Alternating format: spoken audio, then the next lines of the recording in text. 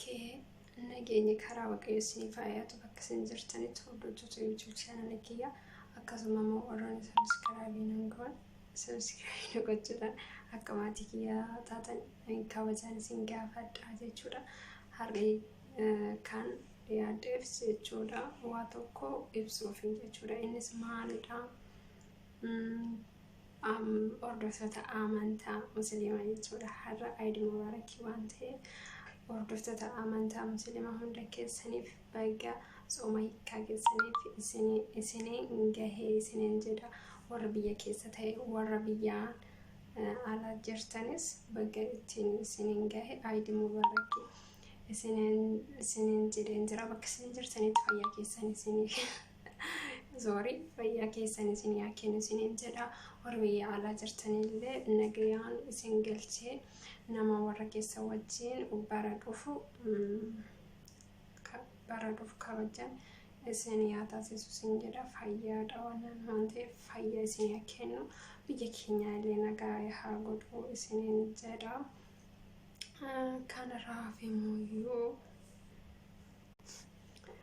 Kanarraaf immoo hiriyoota kiyya asitti argaman jechuudha. Hiriyootaan kiyya asitti argaman kan amma YouTube kanallee wajjin hojjechaa jiru jechuudha. Bageetti isin gahee isin jedha.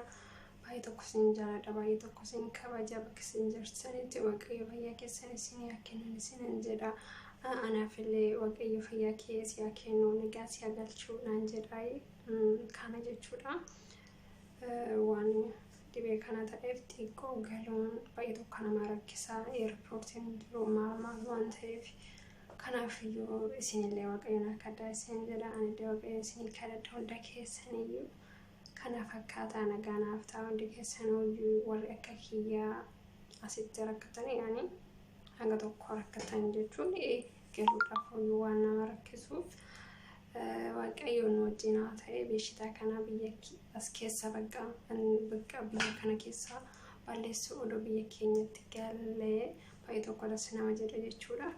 Kanaafiyyuu bakka isin jirtanitti hundi keessanuu waaqayyootti kadhadhaa isiniin jedha hundi keessaniyyuu. Kan waaqayyoo garuu ta'e waan hin jirreef kanaafiyyuu inni waan hundaa hin danda'a. Nu jinaa ta'u isin hunduu jabaadhaa isiniin jedha. Kana fakkaata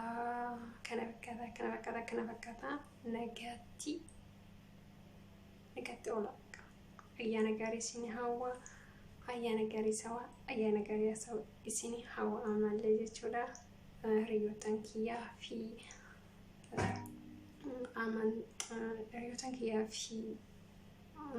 kabaji jedhamtoota amantaa musiliimaa jechuudha.